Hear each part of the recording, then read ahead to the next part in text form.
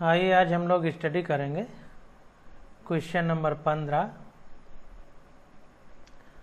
कह रहा है आंतरिक त्रिज्या R1 यानी ये इनर वाली रेडियस है और बाह्य त्रिज्या R2, ये एक्सटर्नल रेडियस R2 है, वाले एक गोलीय चालक स्रोत पर Q आवेश है।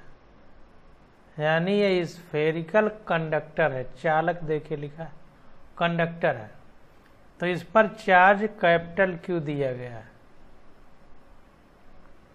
अब कह रहा है कि खोल के केंद्र पर एक आवेश Q रखा जाता है। यहाँ पर स्मॉल q चार्ज रख दिया गया है सेंटर पर।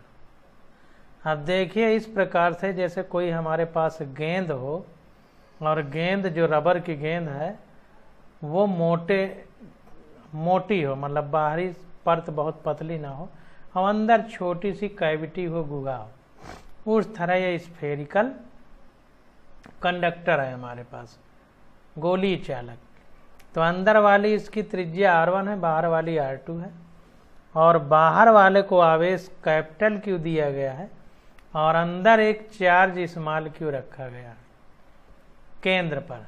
खोल के भीतर और बाहरी पृष्ठों पर पृष्ठ आवेश घनत्व क्या है? तब हमसे पूछ रहा है कि ये जो बाहर अंदर, ये अंदर जो खाली जगह है, तो ये जो कैविटी बन गई है, गुहा, अंदर का पृष्ठीय आवेश घनत्व सरफेस चार्ज डेंसिटी कहते हैं।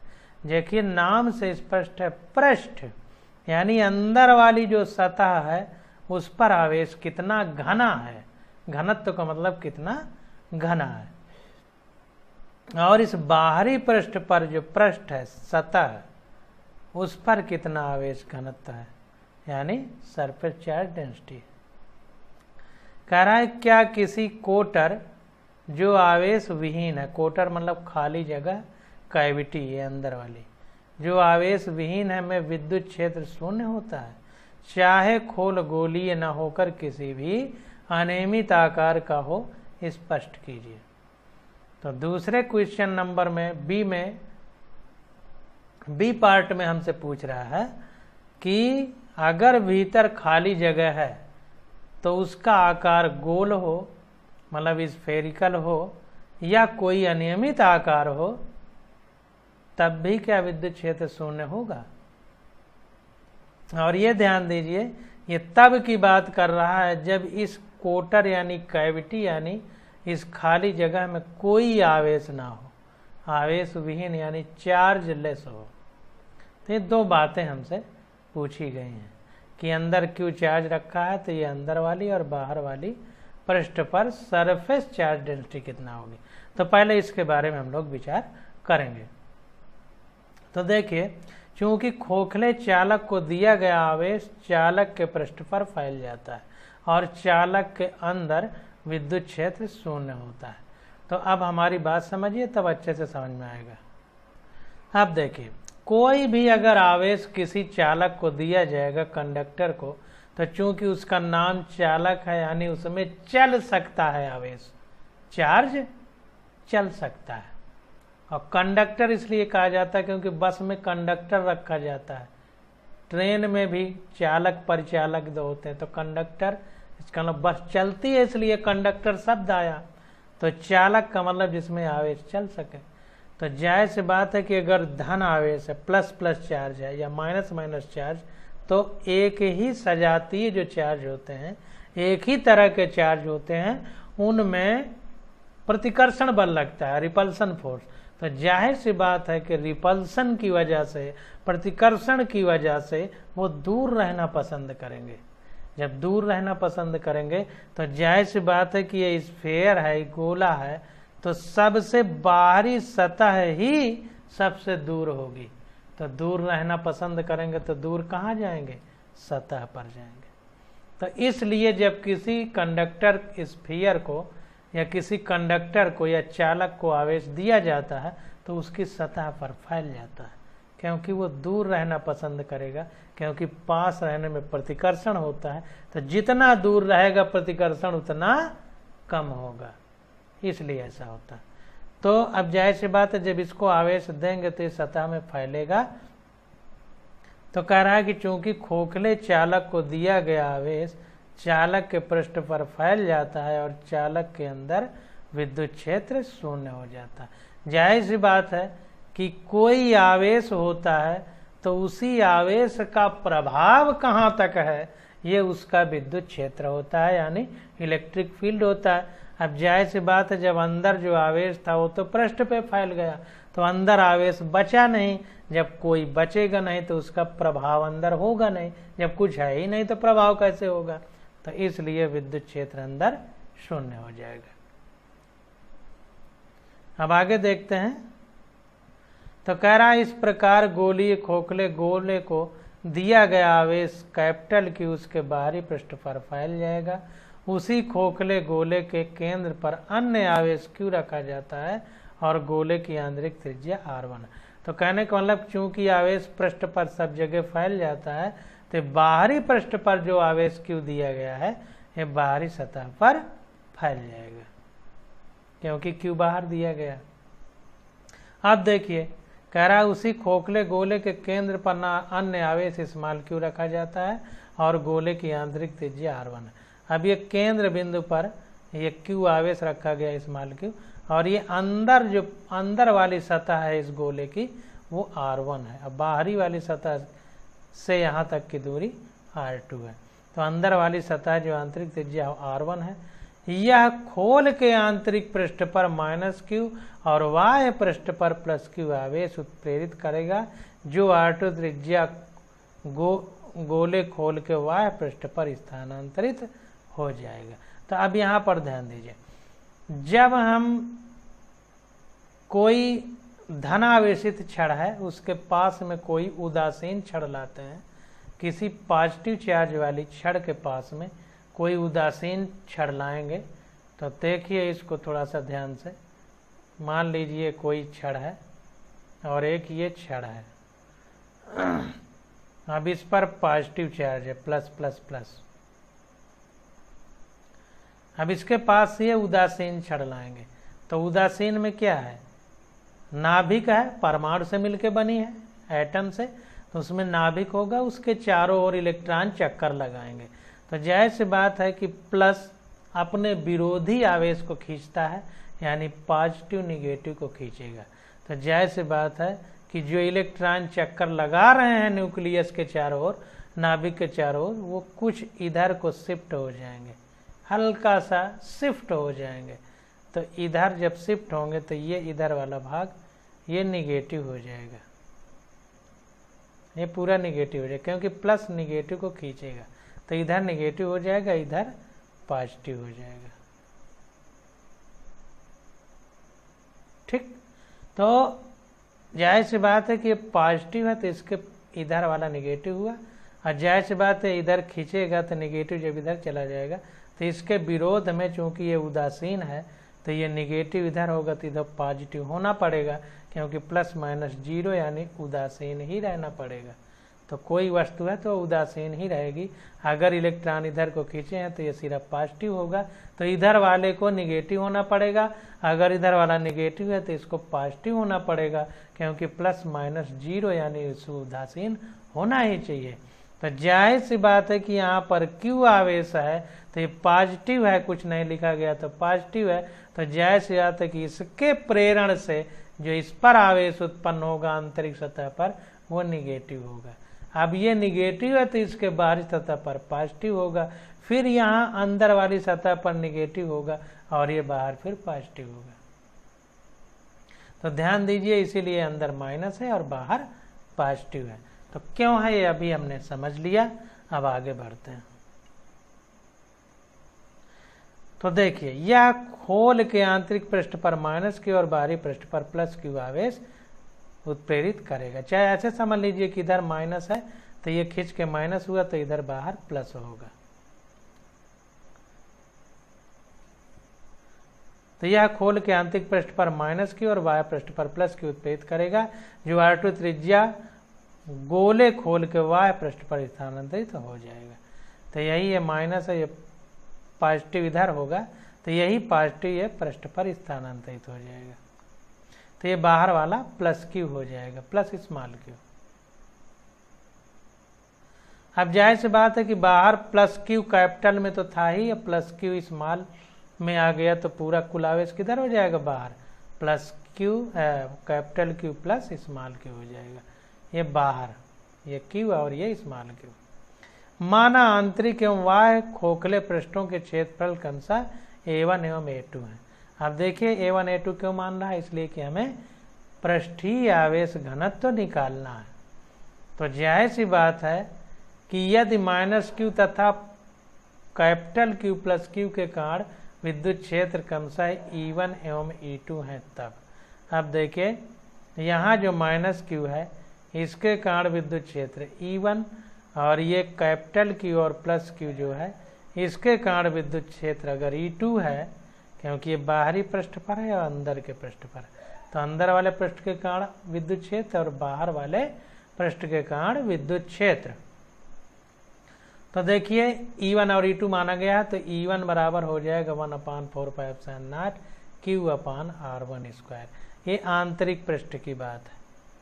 यहाँ पर परिमाण लिखा गया है, दिशा नहीं, इसलिए चिन्ह माइनस है कि प्लस यहाँ नहीं शो किया गया। इसी प्रकार E2 इक्वल टू हो जाएगा 1/4πε0 Q/R² होता है, तो यहाँ पर Q क्या है, कैपिटल Q प्लस Q है बाहरी पृष्ठ पर, और त्रिज्या कितनी है अंदर से बाहर तक की दूरी R2, तो R2 का स्क्वायर हो गया। अब देखिए तो ये बाहरी पृष्ठ पर, ये आंतरिक पृष्ठ पर विद्युत क्षेत्र, ये बाहरी पृष्ठ पर विद्युत क्षेत्र। अब हमें आवेश घनत्व की बात करना है, पृष्ठीय आवेश घनत्व। तो माना खोल के आंतरिक एवं बाह्य पृष्ठों को आवेश घनत्व क्रमशः σ1 तथा σ2 है। तो अंदर वाले का पृष्ठीय आवेश घनत्व हमने सिग्मा मान लिया, बाहर वाले का σ2। तो अब पृष्ठीय आवेश घनत्व जो होता है उसका फार्मूला होता है सिग्मा इक्वल टू ε0 E। आपने पीछे चैप्टर में पढ़ा था कि E इक्वल टू σ/ε0, तो सिग्मा इक्वल टू ε0 E हो जाएगा, ये पृष्ठीय आवेश घनत्व। पीछे वाले चैप्टर में आप देखिए फार्मूला पूरा लिखा हुआ है। तो ये σ1 हो जाएगा ε0 E1, तो σ1 इक्वल टू ये ε0 से ये ε0 कट जाएगा, तो 1/4π बचेगा और Q/R1² होगा। इसी प्रकार σ2 इक्वल टू ε0 E2 हो जाएगा, तो σ2 इक्वल टू ε0 से ये ε0 कट जाएगा, तो 1/4π into capital Q plus small Q/R2² हो जाएगा। तो ये विद्युत क्षेत्र आंतरिक पृष्ठ पर, विद्युत क्षेत्र बाहरी पृष्ठ पर, पृष्ठीय आवेश घनत्व अंदर वाले पृष्ठ पर, पृष्ठीय आवेश घनत्व बाहर वाले पृष्ठ पर, ये अंदर वाले पे बाहर वाले पे। अतः खोल के भीतरी और बाहरी पृष्ठों पर पृष्ठ आवेश घनत्व के क्रमशः Q/4πR1² और कैपिटल Q प्लस Q/4πR2²। ये हमारा आंसर हो जाएगा। अभी एक ये साल हुआ।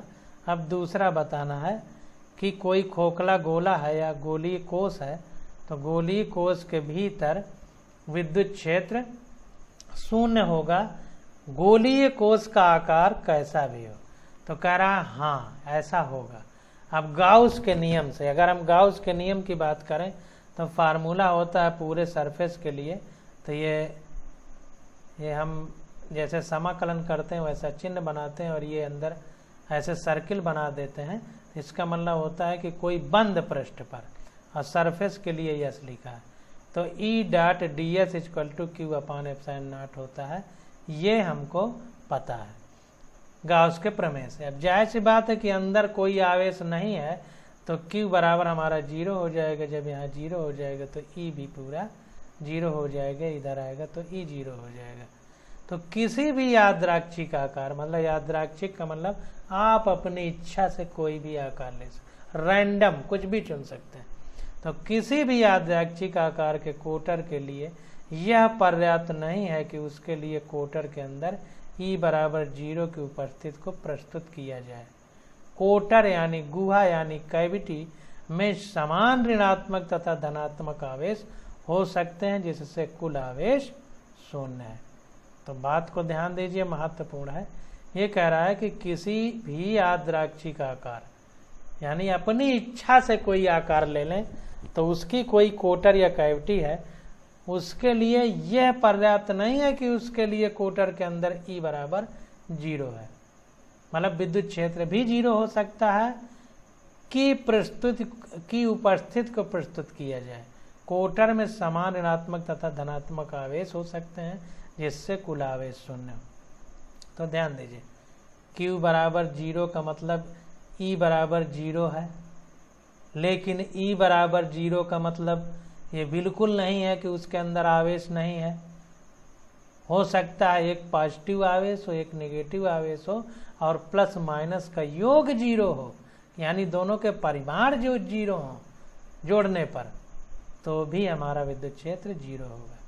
तो आवेश शून्य है का मतलब यह बिल्कुल नहीं है कि वहाँ आवेश नहीं है। ये भी हो सकता है कि दो विरोधी समान परिमाण के आवेश हों, ऐसा भी हो सकता है। अतः आवेश चालक के बाह्य पृष्ठ पर स्थित रहना चाहता है। यह परिणाम कोटर के आकार एवं आकृति से स्वतंत्र है। तो ध्यान दीजिए कि आवेश चालक के, यहाँ पर यहाँ से जो है अंडरलाइन करिए,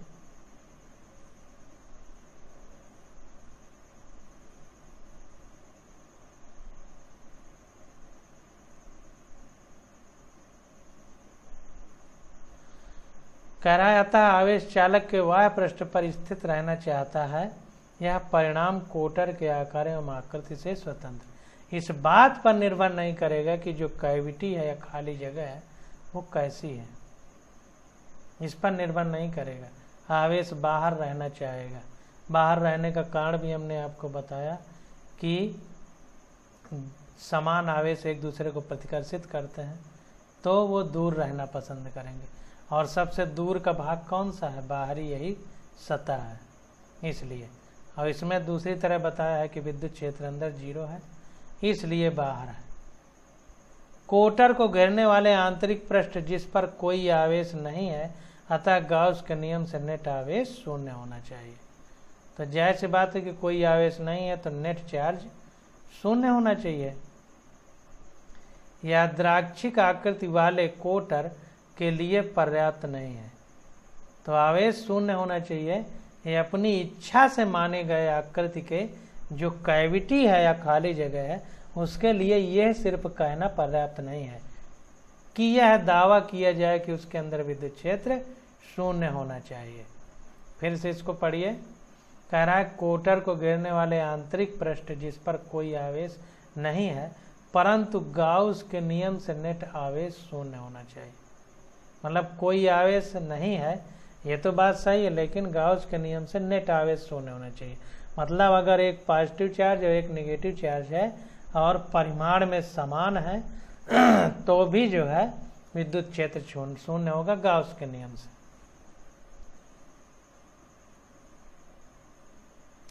अब देखिए, यादृच्छिक आकृति यानी अपनी इच्छा से चुनी गई आकृति वाले खाली स्थान या कैविटी या कोटर के लिए पर्याप्त नहीं है कि यह दावा किया जाए कि उसके अंदर विद्युत क्षेत्र शून्य होना चाहिए। कोटर पर ऋण एवं धन आवेश हो सकते हैं जिसके कुल आवेश शून्य हो। तो कहने का मतलब यह है कि अगर उनके आवेश शून्य होंगे, प्लस माइनस एक दूसरे के परिमाण में बराबर परंतु प्रभाव में विपरीत होंगे, तो जाहिर सी बात है कि विद्युत क्षेत्र एक के कारण बाहर की ओर, दूसरे के कारण अंदर की ओर होगा। जैसा कि धनात्मक के कारण विद्युत क्षेत्र रेखाएं बाहर निकलती हैं, ऋणात्मक के कारण अंदर को आती हैं, तो एक दूसरे से विद्युत क्षेत्र बराबर और विपरीत दिशा में होगा, जो एक दूसरे को निरस्त करके परिमाण में, परिणाम में शून्य आ जाएगा, रिजल्ट उसका 0 आ जाएगा। ये कहने का मतलब है। इस संभावना को समाप्त करने के लिए एक बंद लूप लेते हैं जिसका एक भाग क्षेत्र रेखाओं के अनुदिश कोटर में हो और शेष भाग चालक के अंदर हो। तो ये कह रहा है कि इस बात को स्पष्ट करने के लिए हम क्या करेंगे कि एक बंद लूप ले लेते हैं। लूप का मतलब बंद, जैसे तार कोई ले लें, तार को कोई छोर ना हो, किनारे वाले छोर आपस में बांध दें, तो इसको बंद लूप बोलेंगे। एक बंद लूप लेते हैं जिसका एक भाग क्षेत्र रेखाओं के अनुदिश कोटर में हो और शेष भाग चालक के अंदर हो। तो इसको इस प्रकार से लेना है कि ये जो बंद परिपथ वाला जो लूप है इसका आधा भाग चालक के अंदर हो कंडक्टर पे और आधा भाग जो खाली जगह, जैसे कोई रस्सी हो, मान लीजिए पानी डिब्बे में ले लिया जाए, आधा पानी में डुबो दिया जाए और आधी बाहर रहे और उसके छोर आपस में बांध दिए जाए, तो इस प्रकार से आधा पानी में मतलब आधा चालक में और आधा चालक के बाहर यानी खाली जगह पे कोटर में कैविटी में। तो चूंकि चालक के अंदर विद्युत क्षेत्र शून्य है, अब कंडक्टर के अंदर तो विद्युत क्षेत्र शून्य होता है, यह बंद लूप एक परीक्षण आवेश को ले जाने में विद्युत क्षेत्र द्वारा किया गया नेट कार्य देता है। तो जाहिर सी बात है कि जहाँ चालक है वहाँ पर विद्युत क्षेत्र शून्य होता है। तो ये कह रहा है कि यह बंद लूप पर एक परीक्षण आवेश यानी टेस्ट चार्ज को ले जाने में विद्युत क्षेत्र द्वारा किया गया नेट कार्य देता है। जो नेट कार्य होगा विद्युत क्षेत्र द्वारा वो कार्य निकल के आएगा। किसी स्थिर वैद्युत क्षेत्र के लिए यह असंभव है। तो अगर कार्य होगा का मतलब है कि विद्युत क्षेत्र में कोई वस्तु चल रही है तभी तो कार्य होगा, विस्थापन होगा तभी कार्य होगा, मतलब एक स्थान से चार्ज दूसरे स्थान पर जा रहा है। ये कब संभव है? ये तब संभव है जब विभव में अंतर हो, पोटेंशियल में अंतर हो। तो पोटेंशियल में अगर अंतर होगा तभी ऐसा हो सकता है, जबकि चालक के अंदर विभव सब जगह बराबर होता है तो कोई आवेश चल नहीं सकता। जब चल नहीं सकता तो इसका मतलब वो समविभव पृष्ठ की तरह है। जब समविभव पृष्ठ की तरह है तो वहां पर विद्युत क्षेत्र शून्य है, क्योंकि क्षेत्र के विपरीत या क्षेत्र की तरफ ही आवेश चलता है। तो जब विद्युत क्षेत्र होगा ही नहीं तो चलेगा कैसे? तो यही बात बता देती है कि अंदर विद्युत क्षेत्र नहीं है। अतः कोटर के अंदर क्षेत्र रेखाएं नहीं है, अर्थात कोई क्षेत्र नहीं है, क्योंकि क्षेत्र रेखाओं में ही तो क्षेत्र रेखाएं यही तो बताती हैं कि चलेगा जब कोई चीज तो वही जो रेखाएं बनती हैं उसी को हम क्षेत्र कहते हैं। जब चलेगा ही नहीं तो रेखाएं कैसे बनेंगी? इसका मतलब विद्युत क्षेत्र नहीं है। तो अर्थात कोई क्षेत्र नहीं है, और चाहे उसकी कैसी भी आकृति हो चालक के भीतर पृष्ठ पर कोई आवेश नहीं होगा। तो कैसी भी आकृति हो चालक के अंदर कोई आवेश नहीं होगा, और कैसी भी आकृति हो चालक के अंदर कोई विद्युत क्षेत्र नहीं होगा। दोनों बातें स्पष्ट हो गई। अब अगला क्वेश्चन देखिए, क्वेश्चन नंबर 16 देखते हैं। कह रहा है दर्शाइए कि आवेशित पृष्ठ के एक पार्श्व से दूसरे पार्श्व पर स्थिर वैद्युत क्षेत्र के अभिलंब घटक के असांतत्य होता है, जिसे E2 - E1 dot n cap equal to sigma upon epsilon naught द्वारा व्यक्त किया जाता है, जहाँ n कैप एक बिंदु पर पृष्ठ के अभिलंब एकांक सदिश है तथा सिग्मा उस बिंदु पर पृष्ठ आवेश घनत्व है। n कैप की दिशा पार्श्व 1 से पार्श्व 2 की ओर है। अतः दर्शाइए कि चालक के ठीक बाहर विद्युत क्षेत्र sigma upon epsilon not n cap है। अतः दर्शाइए कि चालक के ठीक बाहर विद्युत क्षेत्र इतना है। और बी में पूछ रहा है कि दर्शाइए कि आवेशित पृष्ठ के एक पार्श्व से दूसरे पार्श्व पर स्थिर वैद्युत क्षेत्र का स्पर्शीय घटक संतत है, यानी कॉन्टिन्यूअस है, लगातार है, कहीं टूट नहीं रहा है, विद्युत क्षेत्र लगातार है। ये हमको बताना है। तो देखिए, सबसे पहले तो असंतत्य मतलब डिसकॉन्टिन्यूअस होता है। जैसे ये यहाँ पर ये ऐसे टूटती जा रही हैं, ये असंतत्य यानी डिसकॉन्टिन्यूअस, और ये पूरी एकदम ऐसे बना दिया जाए तो ये सांतत्य मतलब कॉन्टिन्यूअस है, लगातार है। कॉन्टिन्यूअस डिसकॉन्टिन्यूअस, असांतत्य सांतत्य मतलब लगातार। ये विद्युत क्षेत्र कॉन्टिन्यूअस है या डिसकॉन्टिन्यूअस, तो इसको समझना है। तो सबसे पहले देखिए, कह रहा है कि दर्शाइए कि आवेशित पृष्ठ के एक पार्श्व से दूसरे पार्श्व, यानी एक पृष्ठ से दूसरे पृष्ठ पर स्थित वैद्युत क्षेत्र के अभिलंब घटक यानी परपेंडिकुलर जो कंपोनेंट है वो असांतत्य यानी डिसकंटिन्यूअस होते हैं, जिसे E2 - E1 n कैप बराबर सिग्मा अपन एप्सिलॉन नॉट द्वारा व्यक्त किया जाता है। यहाँ बता दिया है कि n कैप जो है एकांक सदिश यानी यूनिट वेक्टर है जो पृष्ठ के परपेंडिकुलर यानी अभिलंबवत, और सिग्मा पृष्ठीय आवेश घनत्व पीछे से पढ़ते चले आए, और n कैप की जो पृष्ठ से दिशा है वो क्या है कि पहले पृष्ठ से दूसरे पृष्ठ की ओर है। अब ये बी वाले को तो बाद में देखते हैं। तो यहाँ पर देखिए ये फिगर बनाया गया है, इस फिगर में 3 पृष्ठ माने गए हैं, एक पृष्ठ ये पहला है, ये दूसरा है और ये तीसरा है। अब दूसरे से तीसरे की ओर ये इधर कोई n कैप की दिशा बनाई गई है, और n कैप यहाँ देखिए n2 कैप है, ये जो पृष्ठ है जैसे गन्ने को काट दिया जाए तो जो सतह त्रिज्यीय सतह होगी उससे 90 डिग्री पर ये ऐसे प्लेन ऐसे लाइन खींची जाए तो ये डेल्टा एस, ये देखिए पृष्ठ हो गया चैप्टा वाला, उससे लंबवत ये n2 कैप। इधर ये पृष्ठ खींचा जाए तो इससे लंबवत ये n1 कैप है, और इस पृष्ठ के लंबवत, इस पृष्ठ के, ये विद्युत क्षेत्र की बात की जा रही है E1 और E2। ये सिरा 1 है, ये सिरा 2 है, ये n कैप है, ए से बी है। ये पृष्ठ देखिए तिरछा बनाया है, इसका मतलब ये पृष्ठ की बात कर रहा है। तो अब इसको देखते हैं।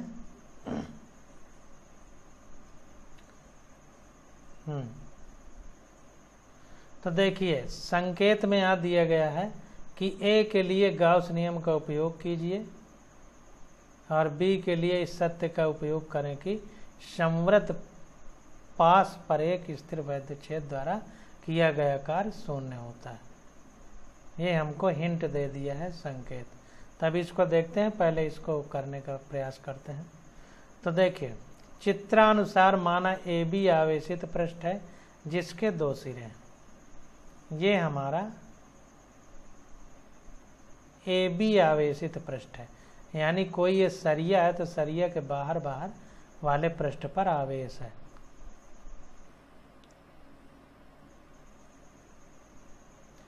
तो वही कह रहा है कि चित्रानुसार माना ए बी आवेशित पृष्ठ है जिसके 2 सिरे हैं।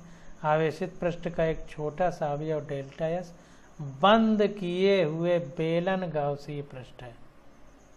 जो डेल्टा एस है, ये डेल्टा एस ये माना गया है, ये बंद पृष्ठ है, जो ये इस पर ये डेल्टा एस एक गाउसियन पृष्ठ है। हर एक बात को समझते जाएंगे तो बहुत आसान है। क्वेश्चन बड़े हैं तो ये ध्यान नहीं देना, ये क्वेश्चन आपकी परीक्षा में पूछे नहीं जाएंगे। बस इन्हीं क्वेश्चनों के छोटे छोटे टुकड़े निकाल करके नीट और IIT में आपसे पूछ लेगा। तो ये सिद्धांत और कॉन्सेप्ट समझना जरूरी है। अगर ये समझ में आ गए तो आगे कोई दिक्कत नहीं होगी। तो इसको देखते हैं। तो कह रहा है माना सिग्मा पृष्ठीय आवेश घनत्व है, तो गाउसीय बेलन द्वारा आवृत आवेश, तो गाउसियन जो पृष्ठ है, बेलनाकार जो पृष्ठ है, उसके कारण आवेश क्या होगा? तो पृष्ठीय आवेश घनत्व बराबर होता है आवेश बटे पृष्ठ का क्षेत्रफल। पृष्ठीय आवेश घनत्व जो सिग्मा होता है उसका मतलब होता है Q/डेल्टा A होता था, यानी कितना आवेश एकांक क्षेत्रफल पर जो आवेश है उसी को पृष्ठीय आवेश घनत्व कहते हैं। यानी पृष्ठ का जो क्षेत्रफल है उस पर आवेश कितना घना है, तो एकांक क्षेत्रफल पर आवेश निकाल लें तो पता चल जाएगा कितना घना है। तो जाहिर सी बात है कि अगर हम Q की बात करें तो Q = हो जाएगा सिग्मा इंटू डेल्टा A। तो वही चीज़ है sigma into delta S। A क्षेत्रफल को यहाँ पर S क्षेत्रफल माना है, सरफेस। तो ये हो गया गाउसीय बेलन द्वारा आवृत आवेश। आवेश कितना होगा? Q = sigma delta A। पृष्ठीय आवेश घनत्व इतना हो गया। अब जो पृष्ठ है उस पर आवेश कितना हो गया? Sigma into delta S। अब देखिए जो पूछा जा रहा है उसी हिसाब से हम सारे काम करेंगे। अब देखिए गाउसीय नियम के अनुसार, गाउसीय नियम के अनुसार क्या होगा, ये सिग्मा बंद पृष्ठ पर बंद गाउसीय पृष्ठ के लिए A dot D S equal to, ये गाउसीय पृष्ठ है जो बंद पृष्ठ, उसके लिए पहले के लिए ए डॉट डी एस होगा प्लस दूसरे के लिए A dot D S plus तीसरे के लिए ए डॉट डी एस, सबको जोड़ दिया जाए तो पूरे का एक गाउसियन पृष्ठ के लिए ए डॉट डी एस निकल आएगा।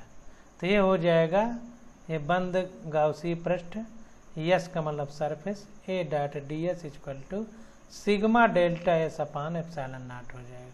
क्यों?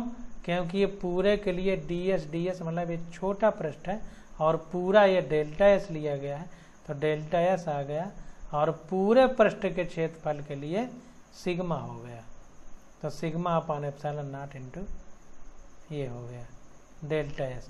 क्योंकि अभी हमने यहाँ पर पढ़ा है कि गाउसी बेलन द्वारा आवृत आवेश यानी पूरा पर आवेश कितना है क्यू, और क्यू बराबर कितना है सिग्मा इंटू डेल्टा एस।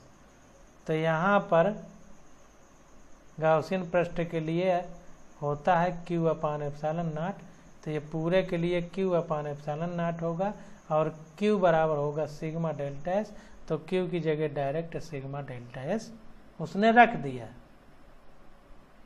अब देखिए, अब दूसरे पृष्ठ और तीसरे पृष्ठ के लिए तो सिग्मा ये गाउसियन बंद पृष्ठ दूसरा वाला, तो ए डॉट डी एस प्लस ये बंद पृष्ठ गाउसियन तीसरा वाला ए डॉट डी एस बराबर sigma delta S upon epsilon naught हो गया। क्यों ऐसा हो गया? क्योंकि कह रहा है चूंकि पहले बंद पृष्ठ के लिए ए डॉट डी एस बराबर 0 है। अब यहाँ पर देखिए ध्यान देने वाली बातें हैं, पृष्ठ 1 ये वाला, तो ये जो बाहरी पृष्ठ है, ये बाहरी पृष्ठ ये सरिया का है, मान लीजिए लोहे की राड है, तो बाहरी पृष्ठ, तो ये बाहरी पृष्ठ क्षेत्रफल जो डेल्टा ए की बात हो रही है, तो ये बाहर को होगा ऐसे लंबवत, और ये देखिए डेल्टा एस इधर को है, तो ये डेल्टा ए इधर को होगा,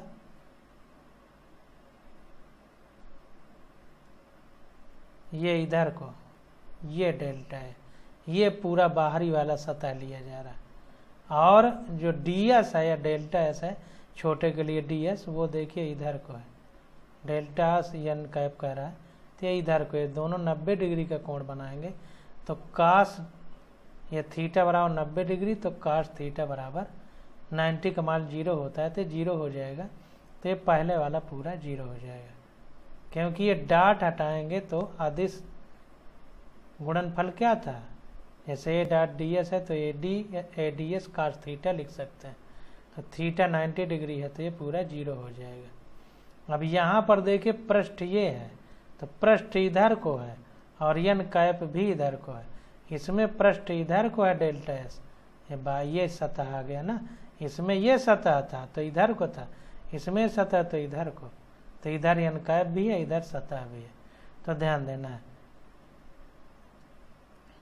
तो अब देखिए E2 अब ये दोनों बचे, ए डॉट डी एस ये दूसरी सतह के लिए, ये तीसरी सतह के लिए, तो ये हो जाएगा E1 dot delta S N1 cap plus E2 dot delta S N2 cap, ये हो जाएगा हमारा।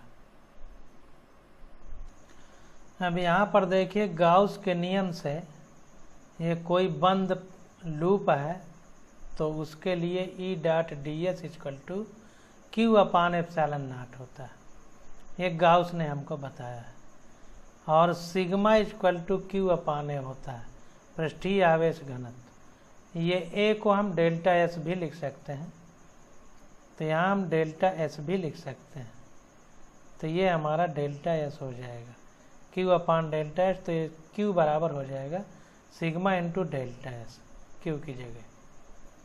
तो यहाँ पर देखिए ये क्यू अपान एप्सिलॉन नॉट, तो ये क्यू अपान एप्सिलॉन नॉट था, क्यू की जगह सिग्मा इंटू डेल्टा एस रख दिया गया, सिग्मा इंटू डेल्टा एस।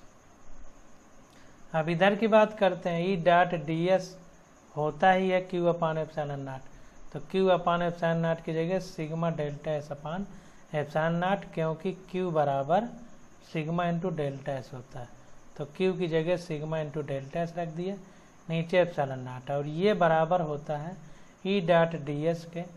तो दूसरे पृष्ठ के लिए ये E1 dot delta S N cap एकांक सदिश के लिए N1 कैप रख दिया, plus E2 dot delta S इस तरह, और एकांक सदिश N2 कैप लिख दिया। तो ये हो गया sigma upon epsilon not delta. ये देखिए एकांक सदिश दिशा बताने के लिए लिखे जाते हैं, बहुत जगह से लिखते चले आ रहे हैं, तो इस प्रकार से लिखा गया। अब देखिए इसमें बता रहा है कि N1 N2 का मतलब ये पहला दूसरा प्रश्न नहीं है, दूसरा और तीसरा भाग जो है बेलन का, उसके लिए विद्युत क्षेत्र की बात है, तो इसको ध्यान देना है। ये दूसरा और तीसरा प्रश्न, इसमें तो 0 ही हो गया। अब देखिए तो यहाँ पर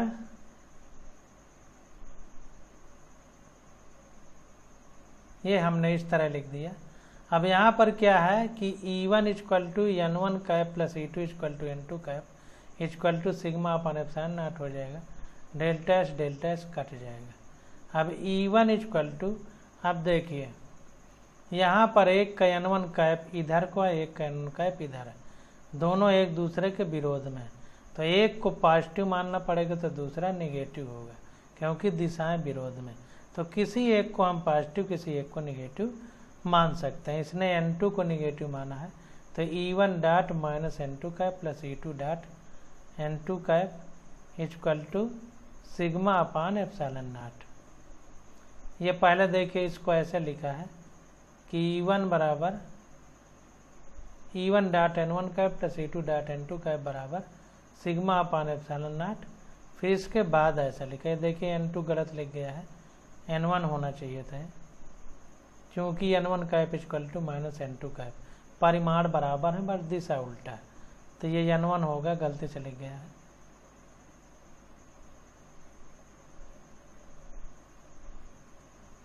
गलती से नहीं, इसने इस तरह लिखा है कि N1 और N2 परिमाण में बराबर है बस दिशा उल्टा है, तो हम N1 को N2 लिख सकते हैं, बस माइनस लगा दें तो N1 के बराबर हो जाएगा। तो चूंकि N1 cap equal to minus N2, इसलिए यहाँ माइनस करके लिख दिया N2, क्योंकि इन दोनों की दिशा अलग है, तो इसलिए माइनस N2 लिख सकते हैं, तो लिख दिया। तो अब ये कामन हो जाएगा E2 माइनस E1, और ये N2 कैप कामन हो जाएगा, तो हो जाएगा सिग्मा अपान एप्सिलॉन नॉट, या E2 minus E1 N cap बराबर सिग्मा अपान एप्सिलॉन नॉट। अब चूंकि N1 कैप बराबर N कैप बराबर एकांक सदिश 1 से 2 की ओर, एकांक सदिश इस 1 से 2 की ओर, ये एकांक सदिश N1 कैप है 1 से 2 की ओर, ये इसको N1 कैप को N कैप मान लिया है।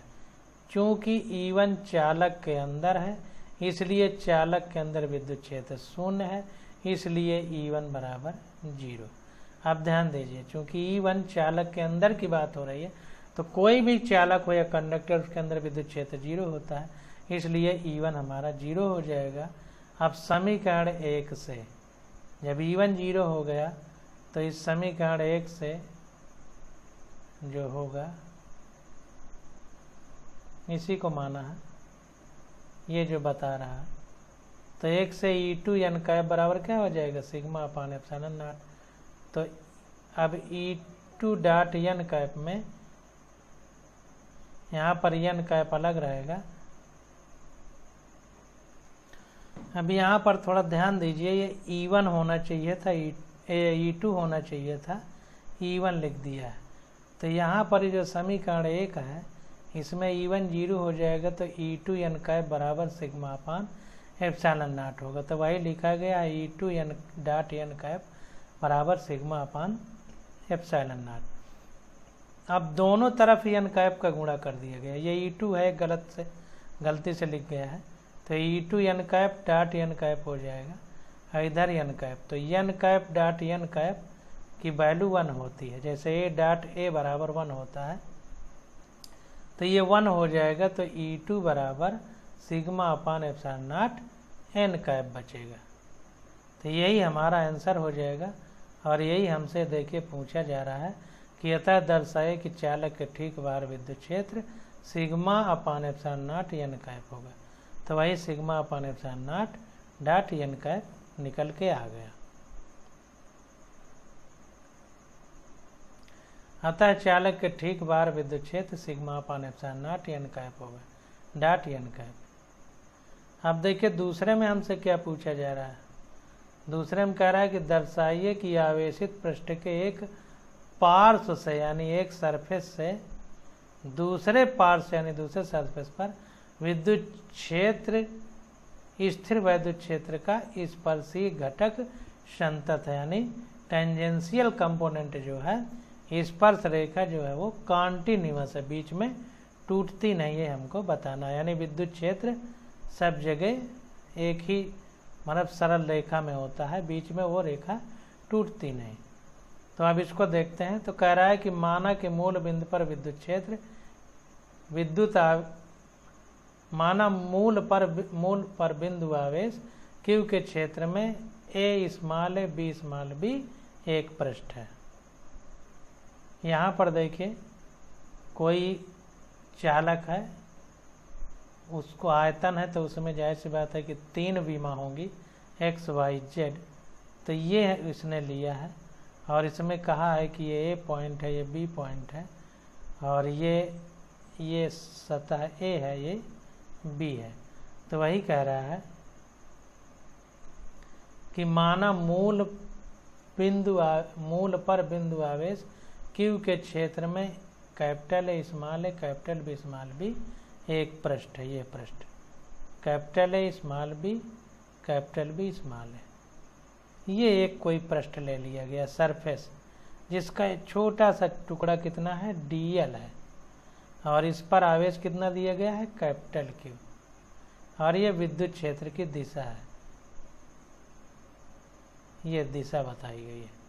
ये कोई पॉइंट P है, यहाँ से स्पर्श रेखा खींची गई है और ये RA और RB मूल बिंदु से एक तरह से ये दूरी है RA और RB। तो माना बिंदु A तथा B यानी कैपिटल A तथा B के स्थित सदिश क्रमशः RA एवं RB है। ये पोजीशन वेक्टर है, यानी केंद्र बिंदु से पोजीशन है इस सतह की, किस पोजीशन पर है ये हमको बताया गया। पोजीशन समझिए, पोजीशन सदिश स्थित सदिश यानी पोजीशन वेक्टर है, मतलब ये जो लिया गया है पृष्ठ वो कहाँ स्थित है केंद्र बिंदु से, उसको बताते हैं RA और RB, इसलिए इनको स्थित सदिश कहा जा रहा है। माना बिंदु P पर विद्युत क्षेत्र E है, इस पॉइंट पर विद्युत क्षेत्र E है। इस प्रकार E cos थीटा विद्युत क्षेत्र E का स्पर्शीय घटक है, इसलिए E dot DL equal to E DL cos theta बराबर E cos थीटा ब्रैकेट में और DL बाहर हो गया। अब देखिए जब विद्युत क्षेत्र की बात आती है तो मान लीजिए कोई लूप होता है, ऐसा मान लीजिए कोई लूप है। अब इस लूप से मान लीजिए ये इसके लंबवत ये कोई सतह है। अब इससे इस एंगल पर कोई विद्युत क्षेत्र E है, तो हमें तो पृष्ठ के लंबवत लेना है, तो ये E cos थीटा हो जाएगा अगर ये एंगल थीटा है। तो इसी प्रकार इसमें भी ये DL छोटा सा टुकड़ा है, तो विद्युत क्षेत्र अगर E है पॉइंट P पर, तो इस पृष्ठ के लंबवत अगर निकाला जाएगा, ये पृष्ठ के लंबवत ऐसे खींचा जाएगा तो ये थीटा एंगल होगा, तो E cos थीटा हो जाएगा।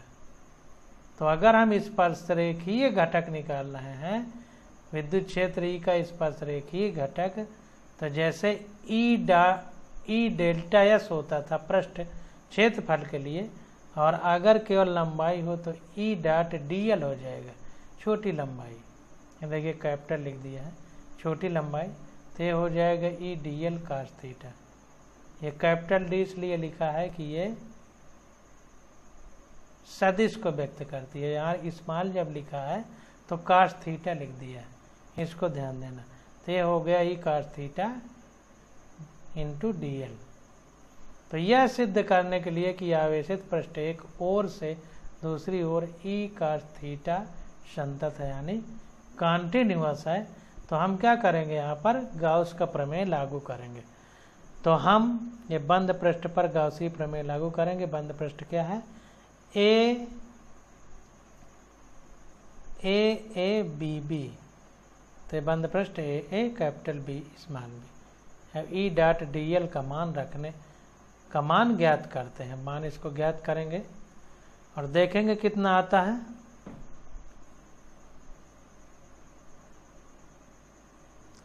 तो यहाँ पर देखिए, यदि यह मान शून्य आता है तो ई का स्पर्शी घटक संतत है। अगर ये मान शून्य आता है ई डॉट DL, तो मान लेंगे कि जो टेंजेंशियल कंपोनेंट है वो कॉन्टिन्यूअस है। तो यहाँ पर देखिए, ये ए से बी तक, ये ए से बी तक ये पूरा हो जाएगा। ये लूप जो DL लिया गया है छोटा सा है और ई से बी तक पूरा कर देंगे तो ये पूरा आ जाएगा।